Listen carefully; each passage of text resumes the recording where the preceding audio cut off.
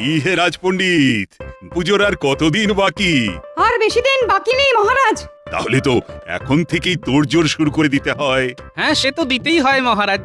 রাজবাড়ির পুজো বলে কথা, যেমন তার জাঁকজমক তেমন তার খরচ। মন্ত্রী, রাজকোষে কত টাকা আছে বলো তো? বুঝতেই তো পারছো দুর্গোৎসবে কি বিশাল অর্থ ব্যয়। সে তো বুঝতেই পারছি মহারাজ, কিন্তু সমস্যা হচ্ছে যে রাজকোষ তো প্রায় শূন্য। সে কি, রাজকোষে টাকা নেই? কিন্তু এবছর তো খুব ভালো রকমের খাজনা আদায় হয়েছে। অস্বীকার করছি না, কিন্তু আয়ের থেকে ব্যয় যে বেশি মহারাজ। এ আবার কিরকম কথা বলছেন মন্ত্রী মশাই? এই কমাসে তো তেমন কোনো বড় রকমের খরচা হয়নি। এই তুমি থামাতে গোপাল, সব ব্যাপারে তোমার ওই অনাবশ্যক নাক গলানোটা বন্ধ করো। এই বাবা, আমি আবার নাক গলালাম কখন? আমি তো সত্যি কথাটাই বললাম। হ্যাঁ, গোপাল তো ঠিকই বলেছে। এই কমাসের মধ্যে তো এমন কোনো বড় রকমের খরচা হয়নি, তাহলে রাজকোষ শূন্য হয়ে যায় কি করে? সব টাকা যে আমি পকেটে পুড়ে দিয়েছি। ইয়ে মানে আপনি কি আমায় সন্দেহ করছেন মহারাজ? দেখো মন্ত্রী, সন্দেহ বিশ্বাস কোনোটাই আমি করতে চাই না। আমি শুধু কালকের মধ্যে পুরো হিসেব দেখতে চাই। এই মরেছে কালকের মধ্যেই। আর দু একদিন সময় দিলে হয় না? না, হয় না। কালকের মধ্যেই এই রাজসভায় তোমায় পুরো হিসেব পেশ করতে হবে, আর এই নিয়ে কোনো টালবাহানা আমি শুনতে চাই না। মনে রাখবে, এটাই আমার আদেশ।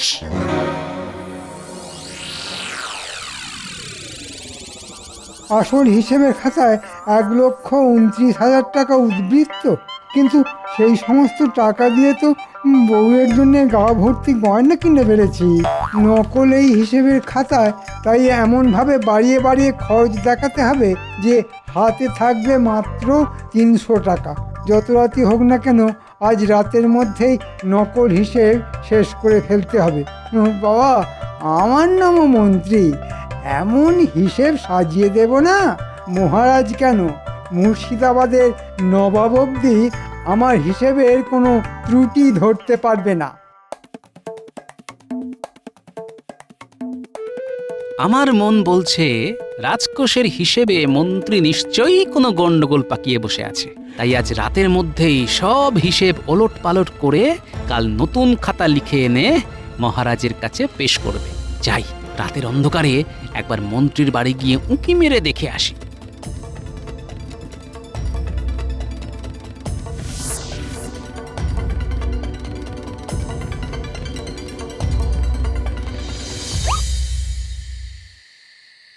এই তোমার কি হলো বলো তো? গোমরা মুখে রাজসভা থেকে ফিরে এসে গোছ হয়ে বসে রইলে, দুপুরবেলা ভালো করে ভাত অব্দি খেলে না, আর সন্ধে হতে না হতে সেই যে খাতা মুখে করে বসলে তো বসেই আছো, খাবে কখন? এই আমি কিন্তু আজ কচি পাঁঠার ঝোল করেছি, সেই সঙ্গে গরম গরম লুচি ভেজে দেব, এসো। দেখো, কাজের সময় বেশি ভেজর ভেজর করো না তো। লিখছো তো খাতা, তা খাওয়ার পর লিখলে ক্ষতি কি? এসব তুমি বুঝবে না। যদি কালকের মধ্যে রাজকোষের হিসেব ঠিকঠাক মিলিয়ে দিতে না পারি, তাহলে মহারাজ না ওই কচি পাঁঠার মতো ড্যাং করে আমায় বলি দিয়ে দেবেন। বুঝতে পেরেছি বুঝতে পেরেছি, হিসেবে নিশ্চয়ই কোনো গোলমাল পাকিয়েছো। সে তো তোমার জন্যই পাকিয়েছে। আমার জন্যে? তোমার গা ভর্তি নতুন নতুন গয়না, তারপর দুবেলা কোপ্তা কালিয়া পোলাও, এসব করতেই তো রাজকোষের সব টাকা জলের মতো বেরিয়ে গেছে। আমার জন্যে বেরিয়ে গেছে? ঠিক আছে, আমাকে নিয়ে তোমার এতই যখন সমস্যা, তখন থাকবো না এই বাড়িতে। গাড়ি ডেকে দাও, আজ রাতে আমি বাপের বাড়ি চলে যাব, কখনো ফিরে আসবো না এখানে। যাও। এই দেখো, এই দেখো, সামান্য কথায় কেমন খেপে গেল। গিন্নি, ও গিন্নি, শোনো। না না না, আমি কোনো কথা শুনতে চাই না, চলে আমি যাবই যাবই। এই এমন রাগ করে না, এমন রাগ করে না, করে না লক্ষ্মীটি। ও লক্ষ্মী বলো আর লক্ষ্মী ছাড়াই বলো, আমি চলে যাবই। এ তুমি চলে গেলে আমায় রেঁধে বেড়ে খাওয়াবে কে? হ্যাঁ, এ কি খাতা কোথায় গেল? হ্যাঁ, আমার হিসেবের খাতা কে নিল? সে আমি কি করে বলবো? সব সব সব কিছু তোমার জন্যে। তোমার মনোরঞ্জন করতে গিয়েই আজ আমি ধনের প্রাণে মারা গেলাম। হায় হায় হায় হায়, কে নিল খাতা?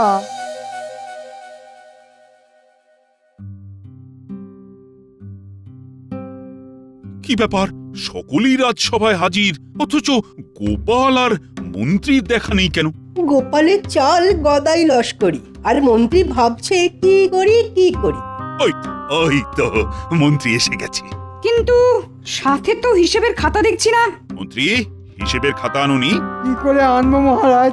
কাল রাতে চোর এসে আমার ঘর থেকে হিসেবের খাতা চুরি করে পালিয়ে গেছে। সে কি, তোমার ঘরেও চোর? তাও আবার যে সে চুরি নয়, একেবারে হিসেবের খাতা। বলুন তো মহারাজ, কি দিনকাল পড়লো? হ্যাঁ, দিনকাল সত্যি খারাপ পড়েছে মন্ত্রী মশাই, না হলে আমাদের মহামান্য মন্ত্রী মশাইকে জাল হিসেবের খাতা তৈরি করতে হয়। মানে? এই দেখুন, আসল আর নকল খাতা। আসল খাতায় উদ্বৃত্ত রয়েছে 1,29,000 টাকা, আর মন্ত্রী মশাইয়ের তৈরি নকল হিসেবের খাতায় কিন্তু 1 টাকাও উদ্বৃত্ত নেই, উল্টে 10 টাকা ঘাটতি দেখানো হয়েছে। এসব মিথ্যে কথা মহারাজ। গোপাল আমাকে ফাঁসাতে চাইছে। তাই নাকি? কিন্তু হাতের লেখা তো আর মিথ্যে কথা বলতে পারে না। ভালো করে খাতা দেখে বলুন তো মহারাজ, নকল খাতার হাতের লেখা মন্ত্রী মশাইয়ের না আমার? হ্যাঁ হ্যাঁ হ্যাঁ, দুটো খাতার হাতের লেখাই তো মন্ত্রী। মন্ত্রী, তুমি তুমি এত বড় জোচ্চোর! এতগুলো টাকা তুমি পেটে পুড়ে দিয়েছো। ভুল হয়ে গেছে মহারাজ, কথা দিচ্ছি এমন কাজ জীবনে আর কখনো করব না। এবারের মতো ক্ষমা করে দিন, ক্ষমা করে দিন মহারাজ। ক্ষমা? ক্ষমা? তোমার মতো জোচ্চোরকে ক্ষমা? যাও যাও, 6 মাসের জন্য বরখাস্ত করলাম তোমাকে। হ্যাঁ, এই 6 মাস তুমি রাজসভায় ঢুকতেও পারবে না, আর কোন রকম বেতনও পাবে না। তাহলে যে আমি না খেতে পেয়ে মরে যাব মহারাজ, না খেতে পেয়ে মরে যাব। মরে যাবে? আর তোমার মরার তো এই শুরু। আজ বিকেলের মধ্যেই তোমায় গুনে গুনে 1,29,000 টাকা শোধ করে দিয়ে যেতে হবে, না হলে তোমার ভিটে মাটি সবকিছু কেড়ে নেব আমি। হ্যাঁ,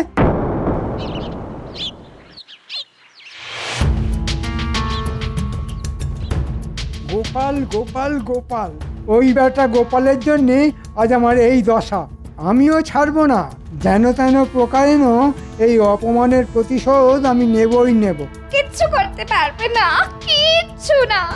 গোপালের যা বুদ্ধি, তাতে ওর কোনো কোনো ক্ষতি তুমি করতে পারবে না, এই বলে দিলাম।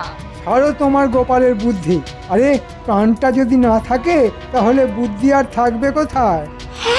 বাবারে বাবা, কি বলছো তুমি? প্রাণ থাকবে না মানে?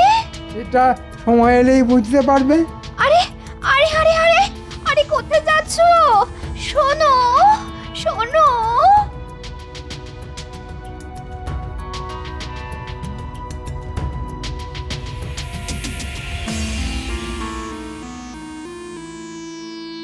বলি, বাড়ির অবস্থাটা একবার দেখেছো? ঘরের চাল যে এদিক ওদিক দিয়ে খসে খসে পড়ছে। তাতে তাতে আমি কি করব বলো তো? হাতে এমন কোনো বাড়তি পয়সা নেই যে ওই ঘরের চালটা সারাই। আহা, কি কথাই শোনালেন রে! হাতে পয়সা নেই, তা হাতে যদি পয়সার এতই টানাটানি, তাহলে আর মহারাজের চাকরি নিয়ে পড়ে আছো কেন? মহারাজের চাকরি ছেড়ে তো নিজেই স্বাধীনভাবে চিকিৎসা শুরু করতে পারো। হ্যাঁ হ্যাঁ, তা করতে পারি, কিন্তু তাতে ওই পয়সা এলেও কোনো ইজ্জত নেই, বুঝেছো? সে আর বুঝিনি।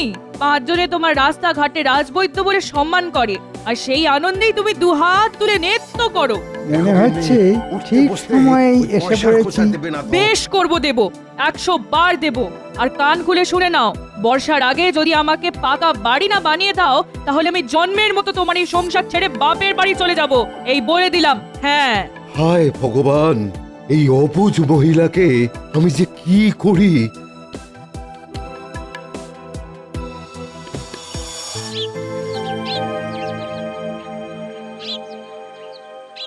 একি একি মন্ত্রীমশাই, আপনি আপনি এই সময় আমার বাড়িতে? একটু আড়ালে চলো, কথা আছে। আমি আড়াল থেকে তোমাদের কথা শুনেছি। শোনো, তোমার পাকা বাড়ির সমস্ত খরচ আমি দেব। আপনি দেবেন? কিন্তু কেন? দেখো, বিনা কারণে আমি কোনো কাজ করি না, তাই টাকা দেব একটা শর্তে। শর্ত? হ্যাঁ, শর্ত। তুমি যদি আমার কথা মতো কাজ করো তাহলে তোমার পাকা বাড়ি হতে আর কোনো বাধা থাকবে না। বলুন বলুন তাহলে আপনার শর্ত। না না না মন্ত্রীমশাই, না না না, এই আমার দ্বারা সম্ভব নয় মন্ত্রীমশাই। আমি বৈদ্য, জীবন দেওয়া আমার কাজ, জীবন নেওয়া নয়। ঠিক আছে, তাহলে এমন এক কাজ করো যাতে হতচ্ছাড়া বেঁচে থেকেও আদমরা হয়ে থাকবে। ব্যাটার না চলবে হাত পা, না কাজ করবে মাথা, আর এইটুকু করে দিতে পারলেই আমি নিজে খুশি হয়ে তোমাকেও খুশি করে দেব। কি, রাজি তো? এটা ঠিক ঠিক আছে, ঠিক আছে, আমি রাজি। হ্যাঁ, আমি রাজি।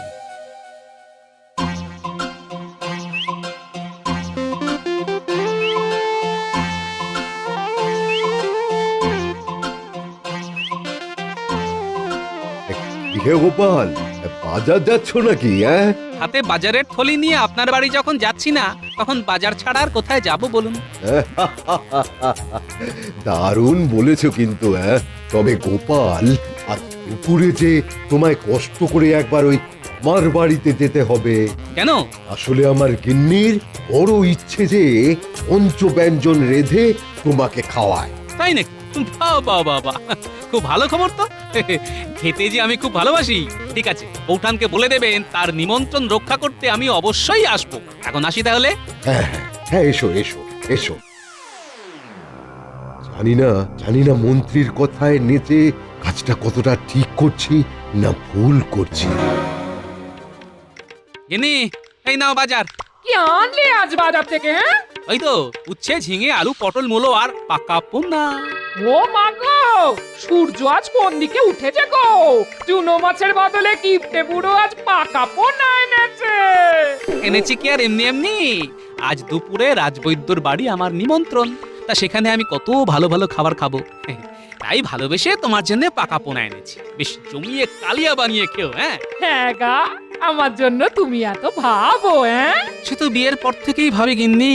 শুধু দুঃখের কথা, আমার ভালোবাসা মাখানো সেই ভাবনা তুমি বুঝতে পারো না। মরণ।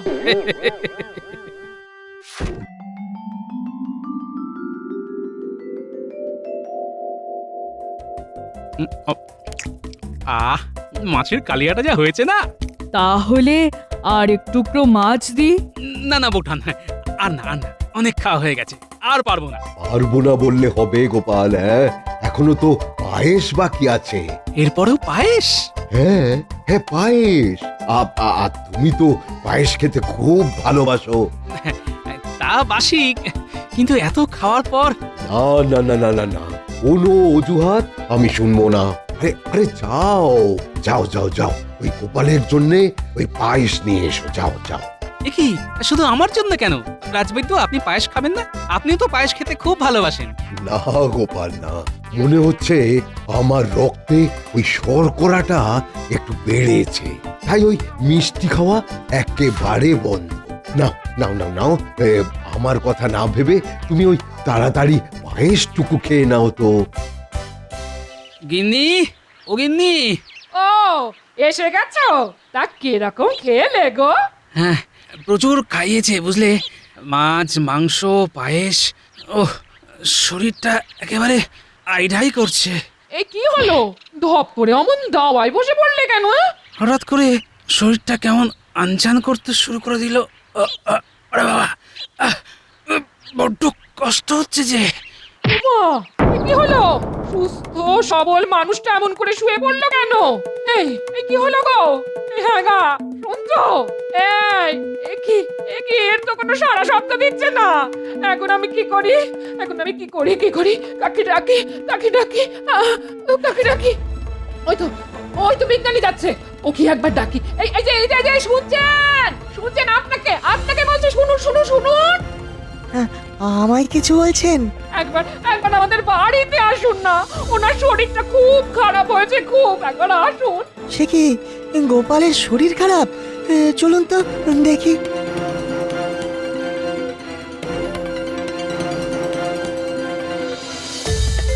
ওই দেখুন, এই মাত্র রাজবৈদ্যের বাড়ি নেমন্তন্ন খেয়ে এসে কেমন অচেতন হয়ে পড়েছে, একটু দেখুন না। মনে হচ্ছে খাওয়া থেকে এই বিপত্তি। বৌঠান, আপনি তাড়াতাড়ি এক গ্লাস তেঁতুল জল করে আনুন দেখি। হ্যাঁ, খুব তাড়াতাড়ি ওকে বমি করাতে হবে। হ্যাঁ।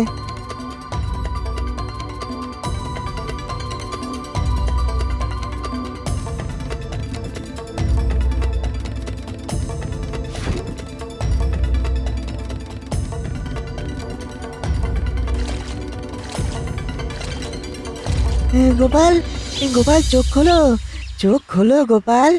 গোপাল, আমি আমি কোথায়? তোমার বাড়ির দাওয়ায় শুয়ে আছো। ঘাট থাকতে দাওয়ায় শুয়ে আছি কেন?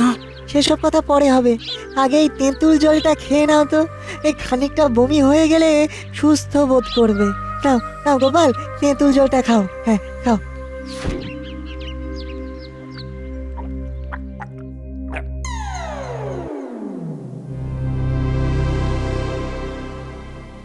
এতক্ষণে মনে হয় রাজবৈদ্যর ওষুধের কাজ শুরু হয়ে গেছে। এরপর থেকে গোপালের হাত পা কাঁপতে শুরু করে দেবে, মাথা আর কাজ করবে না। কি আনন্দ, কি আনন্দ! অনেকটা বমি হয়ে যাওয়ার পর এখন কেমন বোধ করছো গোপাল? ভালো, এখন এখন বেশ সুস্থ বোধ করছি। আচ্ছা, তোমার কি হয়েছিল বলো তো? ওই রাজবৈদ্যর বাড়ি পায়েসটা খাওয়ার পর থেকেই শরীরটা কেমন করতে লাগলো। কি করে যে বাড়ি এসেছি সে কেবলমাত্র আমিই জানি। শরীর ঝিমঝিম করছে, হাত পায়ে যেন বল নেই, চোখে অন্ধকার, মাথার মধ্যে সবকিছু যেন গুলিয়ে যাচ্ছিল। তার মানে ওই পায়েস থেকেই বিষক্রিয়া শুরু হয়েছিল? হ্যাঁ, আচ্ছা আচ্ছা, ওই পায়েস আর কে কে খেয়েছিল? শুধু আমি। কেন, রাজবৈদ্য খায়নি? না, তার নাকি রক্তে শর্করা বেড়েছে, তাই ওই পায়েস ছোঁয়নি পর্যন্ত। আচ্ছা বিজ্ঞানী, আমি যা ভাবছি তুমিও কি তাই ভাবছো? মনে তো হয় তাই। তাহলে চলো তো চুপি সারে একবার রাজবৈদ্যর বাড়ি থেকে ঢুঁ মেরে আসি। কিন্তু এই শরীরে? হ্যাঁ, বমির সাথে সব বিষ বেরিয়ে গিয়ে এখন আমি পুরোপুরি চাঙ্গা।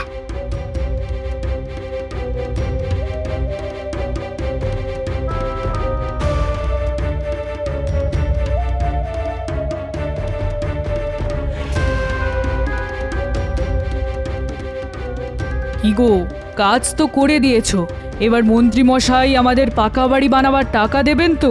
হ্যাঁ হ্যাঁ, দেবে দেবে দেবে, ঠিক দেবে। দিলেই ভালো।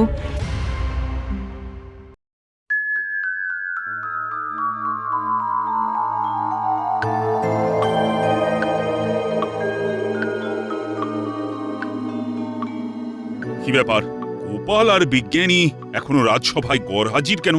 আগে গোপাল কাল হঠাৎ করেই খুব অসুস্থ হয়ে পড়েছিল। সে কি, কি হয়েছিল? হঠাৎ করেই হাত পা কাঁপতে শুরু করে দিয়েছিল, তার উপরে চোখে অন্ধকার, মাথা ভুঙো। তাহলে তো আমার ওষুধ কাজ করতে শুরু করে দিয়েছে। না না না, এ তো ভালো কথা নয়। আমি এক্ষুনি একবার গোপালকে দেখতে যাব। রাজবৈদ্য, তুমিও চলো আমার সঙ্গে, গোপালের চিকিৎসার প্রয়োজন। আমিও যাব গোপালকে দেখতে। আমরা সকলেই যাব।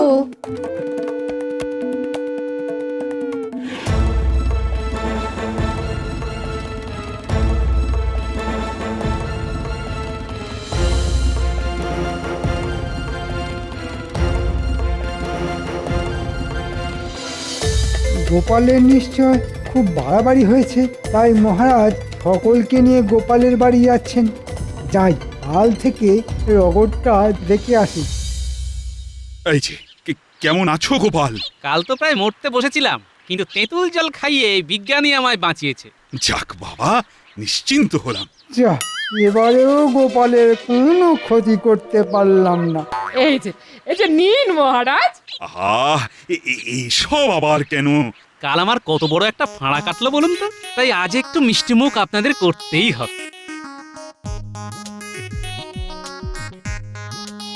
আমি তো মিষ্টি খাবো না, আমার রক্তে যে ওই শর্করা।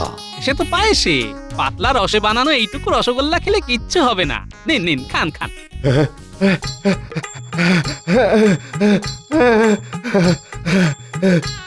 কি হলো রাজবৈদ্য, রসগোল্লা মুখে দিয়ে তুমি কাঁদতে শুরু করে দিলে কেন? আমি আমি আমি বড় পাপী, আমি বড় পাপী।